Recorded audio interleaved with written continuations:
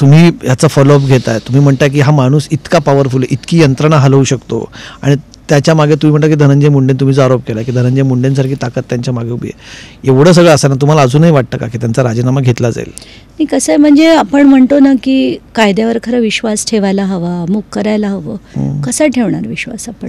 कसा त्यातनं खरंच न्याय होईल अशी अपेक्षा आपण करू शकतो का? कारण आता जर आपण बघितलं, हा माणूस ज्याला शासकीय बॉडीगार्ड हे कोणामुळे देण्यात आले? वाल्मिक कराडला कोणी विचारलं असतं का जर धनंजय मुंडे त्यांच्या मागे नसते तर? शक्यच नाही. बरं, अशा माणसाला तिथलं नगराध्यक्ष आहेत परळीचे, कसे?